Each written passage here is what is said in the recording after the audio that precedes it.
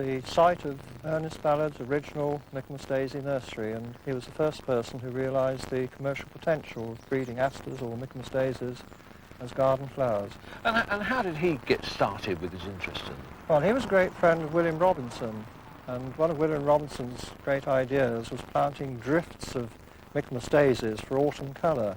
And so Ernest Ballard had these great drifts of asters growing in his garden just over the road from here. And he noticed self-set seedlings cropping up. And one of these self-set seedlings had double flowers, because until then they were all the single blooms. So he sent it up to the great RHS trial of asters in 1906. He called it Beauty of Colwell. And there were 300 varieties on trial. And his Beauty of Colwell was the only one that received a first-class certificate. Now, Ballard, together with most of the other breeders as well, concentrated on the New York asters, the Novi Belgiae types. That's right. This is because their mixed background, both in the wild state and in early breeding, gave the opportunity for a tremendous range in colour of flower and size of plant, from dwarfs right the way up to something which might be 6 or 7 feet tall. Well, there are certainly some really good ones. Now, this one is one of your own breeding, isn't it? Yes, I was lucky enough to find a good seedling out of a batch of about 10,000, and that's the sort of ratio one had to work on. This one's Fair Lady. It's got a double blossom, and they're very solid, so it's weather resistant. It stands up to a wet season very well, and the plant has a lovely sort of open spraying habit. And people like to use Novi Belgiae Michaelmas daisies for picking, for cut flowers. The red one which we're looking at over there is called Helen Ballard, one of Ballard's very last developments before he died, and it's thought to be the best red Michaelmas daisy that was ever raised. Now, the New England asters, the Novi Angliae types, have not had nearly so much attention from the breeders, have they? No, well here we're looking at a comparatively modern hybrid of the New England aster, but in fact it still looks very much like a wild plant which you might find in North America or southern Canada. This is because the Aster Novi Angliae will not cross with any other species. So therefore the varieties are much more limited. Exactly. But still you get some lovely This is nice. flowers and colours. This one is a particularly pure shade of pink for a Michaelmas daisy. And of course you have resistance to mildew. There are some mildew-resistant varieties too, aren't there, like this one? That's probably the most famous of all of them, Aster fricatii, a hybrid between a Himalayan aster called Thompsoni and the European Aster amelis. And this is Fricatia monk. Monk, which Yes, is reckoned yeah. to be the best variety, stands up well, has the cleanest sort of lavender blue flower. I love it. Would you grow this in just the same way? Not entirely, no. It's better to leave the plants in the ground for 4 or 5 seasons, and then when you do want to divide it, only do so in the spring. It's fatal to lift them in the autumn. I must say I have a great weakness really for these very small flowered asters. They're lovely, aren't they? They're some of my favourites too, and they take the flowering season right through to the end of October, some years even early November. This is an example of the American Aster cordifolius, called elegans. Most of us will be wanting to grow our Michaelmas daisies in mixed borders, and this part of your garden's a great example of how it should be done. Well, early in the season we had delphiniums, it's followed on by things like helenium and rudbeckia, monkshood, all sorts of other herbaceous perennials. Oh, this looks superb against this tall sunflower. Yes, it's an old Novi Belgiae hybrid called King of the Belgians. Now, is there anything that we should be looking for when we're buying asters? Yes, I think basically in a garden centre look for a well-grown plant of the Novi Belgiae Michaelmas daisy, and that's to make sure you get one that's got good base growth, lots of shoots coming from below soil level.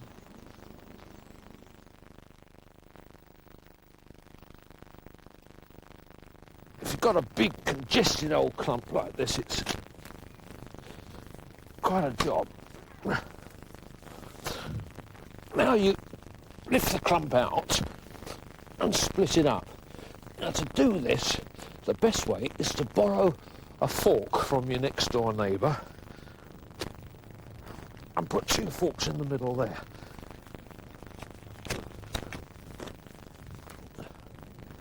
And just pull that clump apart like that.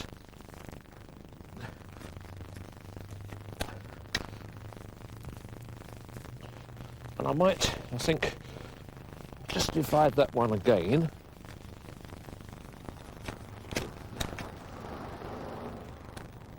Now what I'm trying to do here is to get just single pieces out.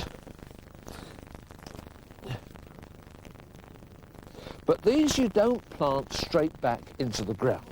Instead, you pot them up into 3.5-inch pots of good compost.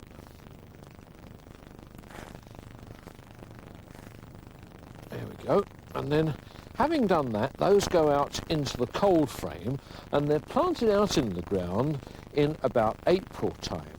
And if you do that every year, then you'll get some really good flowers for the late summer.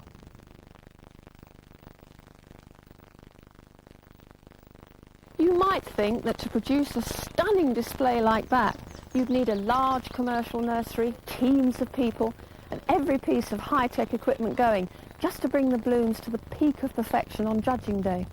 Well, in this instance, you'd be wrong. All these lupins were grown in the back garden here, behind this ordinary house near Stratford-on-Avon, in a small family nursery run by brothers Maurice and Brian Woodfield. For 30 years they've run a nursery here, growing carnations and delphiniums as well as lupins. For most of that time it was just a hobby, and it's only for the last 5 years, since they both retired, that they've been able to concentrate on it full time.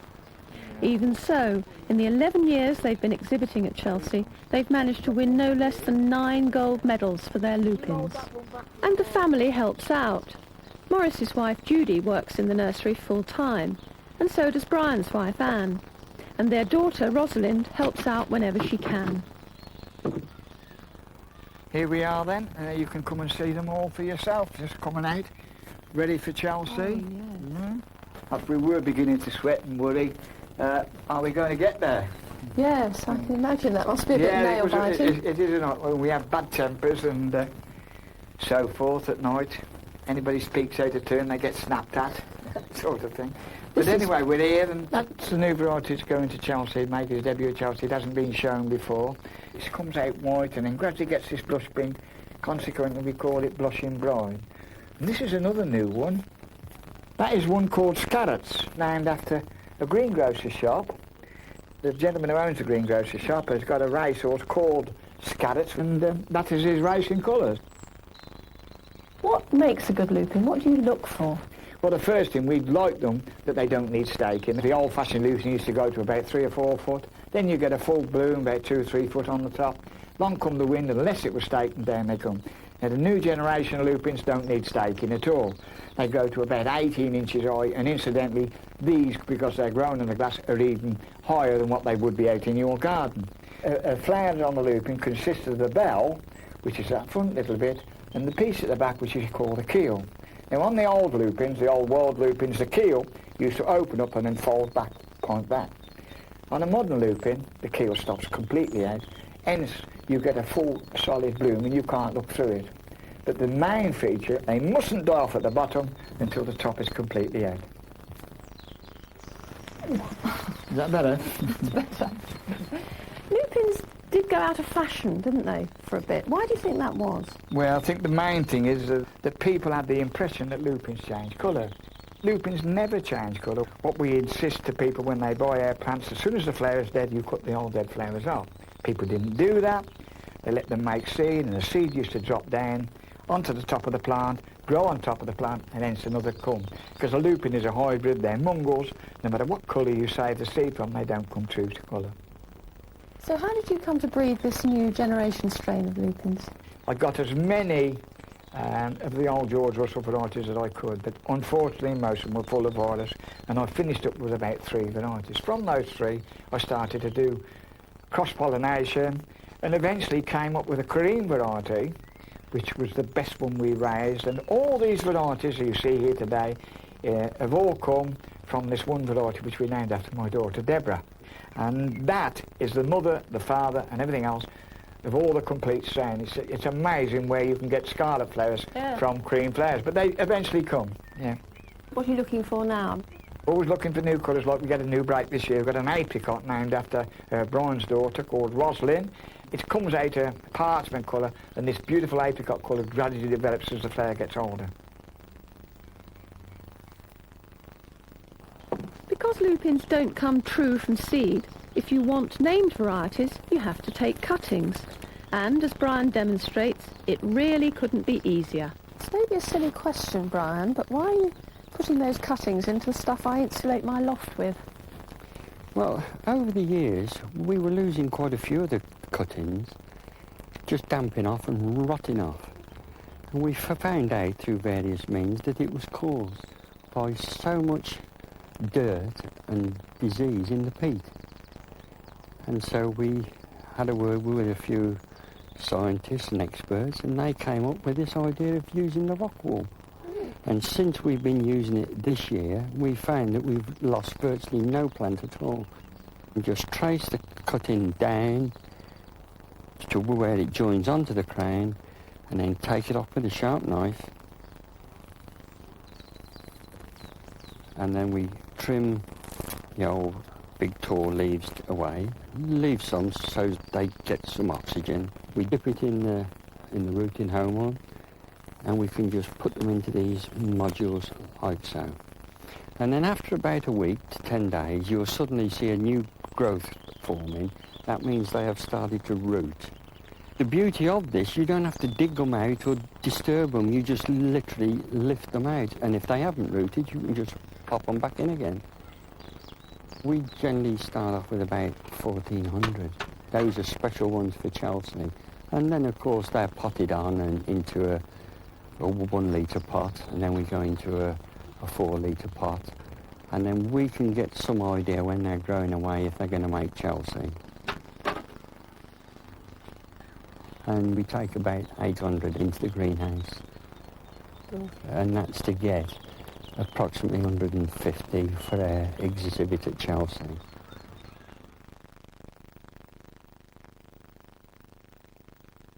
The cheapest way to plant up a new herbaceous border is to raise your own plants from seed. Now, with those that flower late in the season, it's quite easy because if you sow them now, they'll flower this year. But even some of the early flowers will produce some surprising results. And down at the RHS at Wisley, they've been doing a trial on delphinium seeds. Now, they sowed them in early spring. They planted them out in their trial ground in May, and this is what they look like by August. Now, of course, they're going to grow into bigger plants and they'll flower again next year, but next year at their normal time. So it really is well worth doing. Now, the trouble is that with delphinium seeds, they are just a little bit temperamental. They need to be sown fresh or at least have been stored properly. Now, sowing is really quite straightforward. You can just sow on the top of the compost, doing it very, very sparingly so that you don't have seeds all crammed up together, and then just put a little bit of vermiculite over the top like that, and then a bit of glass and paper and put them on the staging or on the windowsill. They don't actually need any heat.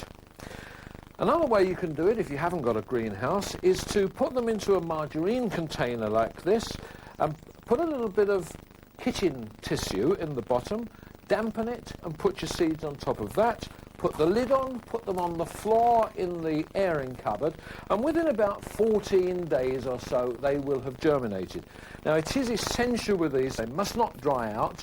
If they look like drying out, give them a little squirt with water and make sure they're okay. And of course, when they've germinated, you've got to be very careful with them and put them out into little pots. But if you've got special seed like this, now I like to make sure that I get every single seed. So I like to grow them in modules. It takes a little bit of patience, but the way to do it is to take a matchstick, pick up a seed on the end like that, and just put it into the compost. And then when you've done the whole tray, once again, cover it with vermiculite, put it on the bench, and away they'll go. They'll take, again, about 14 days to germinate, and they come up like mustard and cress.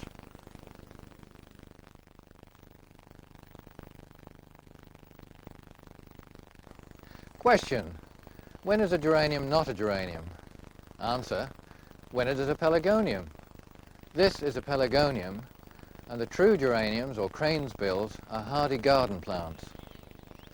And they are terrifically versatile in a garden. They can linger at the back of the border, nestle in the front. Sun or shade, there's a geranium to suit every situation. They are, in other words, a gardener's delight. Pelargoniums became very popular during the 18th and 19th century, and the true geranium lovers have been trying to extricate their hardy cousins ever since. The name geranium actually derives from the Greek geranos, which means crane, the flying variety, and I think it's all very logical that cranesbill should come from that, because if you look at the flowers, you have this little growth above that looks exactly like a cranesbill.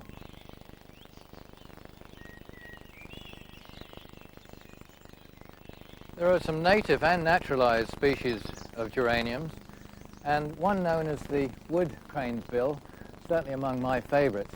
It's really the earliest to flower, and some of the blue-violet forms, the more natural species, is actually finished. This one, Amy Doncaster, bless her heart, is actually still in flower.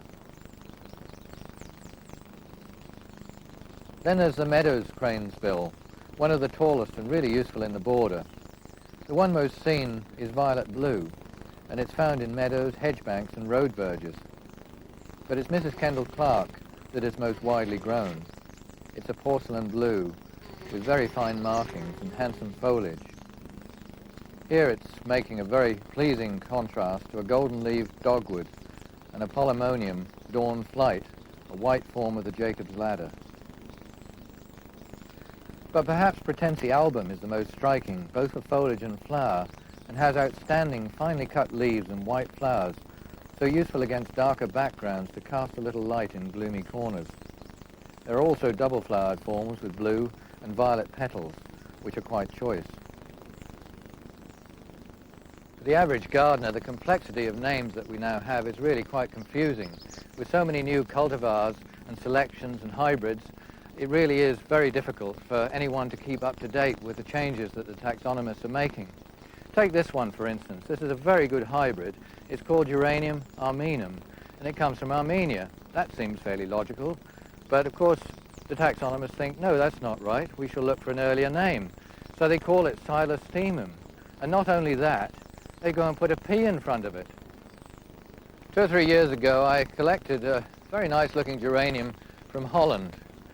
And I did the unforgivable of things for a gardener. I actually lost the label. So I've been trying to find out what the name of it is ever since.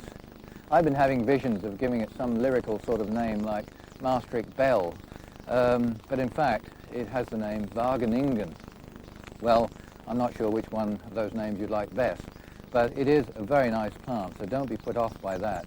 It has these salmon pink flowers which flower on and off all the way through the summer.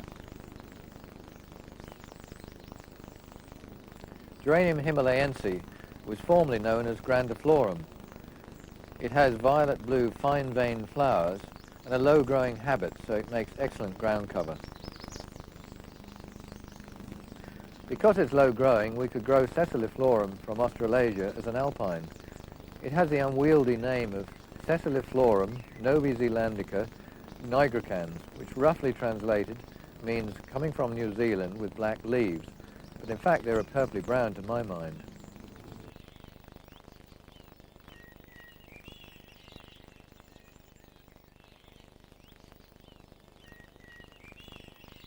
So whether you're an addict, or whether you're a keen gardener, or just a beginner, there's certainly going to be a geranium for you.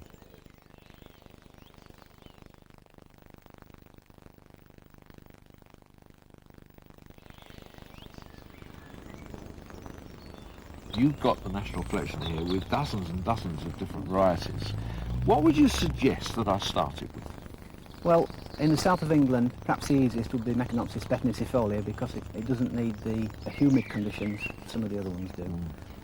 Now this one here is an astonishing blue colour. What is that? This is Michaelmas cross-Sheldonese sleeve Donard. super, isn't it? And there's one also called Grandis, isn't there? That's right. Grandis is one of the parents of this hybrid. So would you say that those three would be good ones to go for? They're ideal, yes. We all know these as the Himalayan blue poppy, but in actual fact they're not all blue, are they? Because you've got a lovely stand of yellow ones over here. What variety is this one? This is Meconopsis nepalensis from eastern Nepal through into China. It's a lovely looking plant, isn't it? And superb foliage as well. When they're in the rosette stage, they're usually a little bit flatter than you can see here. And then they show off their either golden hairs, depending on the species, or, as you can see here, kind of lime green. Now those hairy stems, I think, are another wonderful feature, even without the flowers. And you've got one over there, which has got some super brownish hairs on it. That's right, that's Meconopsis wallichii. Is this Bettenicifolia? That's a white form of Bettenicifolia, yes, and just as easy as the blue one as well. Now, one thing that strikes me is that with these white ones, is it so critical that you have acid soil? Not with this one. It is with some of the species, yes, but in this case, no. So which one is this? This is the dwarf form of Meconopsis nepalensis. They're all nepalensis, even though they're all different colours. That's right. Well, why is that? Well, they're all raised from seeds. So if you raise the seed from this, they won't necessarily come true to type? Not if you collect from a mixed batch like this, but if we were to select from, say, that red one, over a number of years, we could get a batch that were more or less all reds. Yeah. So raising from seed is really the way to do it? It's the only way in this case.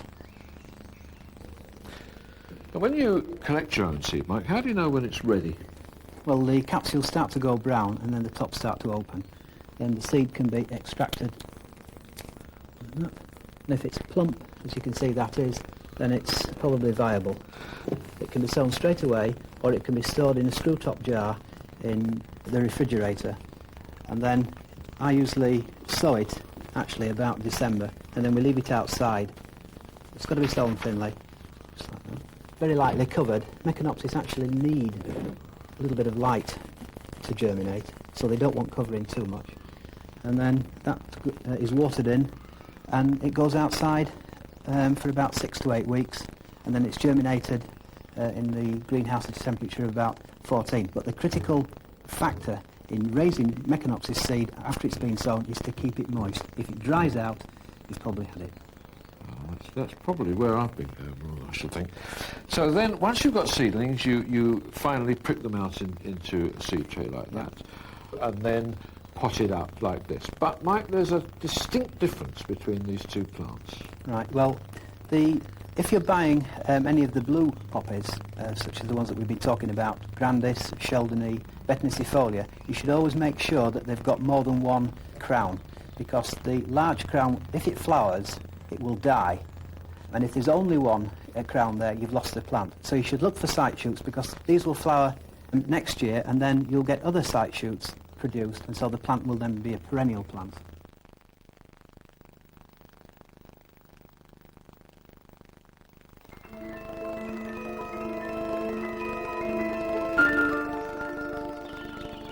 Plants that look good all year are worth making the most of, and this is definitely one of them, Euphorbia wolfeni. It's in full bloom now, displaying these quirky cylinders of limey yellow bracts. And here at Abbey Door they've been used repeatedly to set a sort of unifying theme and evergreen backbone to the border. A wonderful design idea.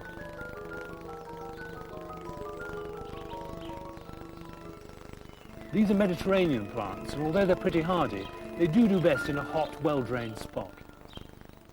When the performance is over, you could cut the flowering stems down to ground level, and for the rest of the year you're left with this neat mound of bristly sea green leaves.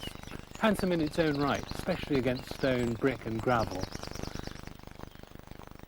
On the other hand, if you leave the heads long enough to seed, you do get all sorts of curious offspring, especially if you grow one of the parent Euphorbias types, which are shorter, bluer in leaf and with black eyes. Various intermediate and eccentric forms pop up, a number of which have been named by growers, like this one, Lambrook Gold.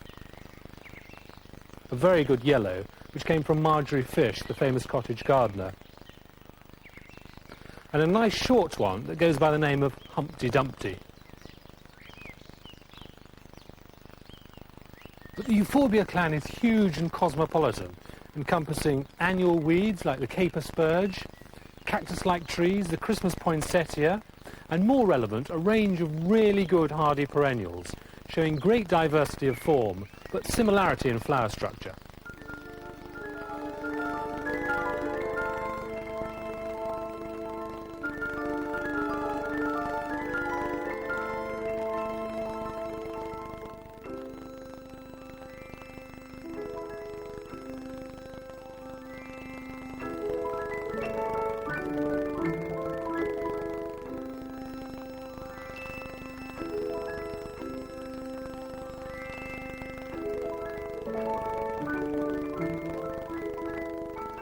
Many are what you might call impact plants. They stop you in your tracks. This is one of the most popular, Euphorbia fireglow. Actually, this is a superior form with particularly richly tinted stems and leaves. It's herbaceous, disappearing underground for the winter, and some of the forms have quite a thirst for travel, so you may need to chop around the clumps with a spade once in a while. There's nothing subtle about Euphorbia polychroma either. The flowers are like beacons in a spring border. But this one isn't a wanderer, it stays in a hummock, although it does flop a bit later.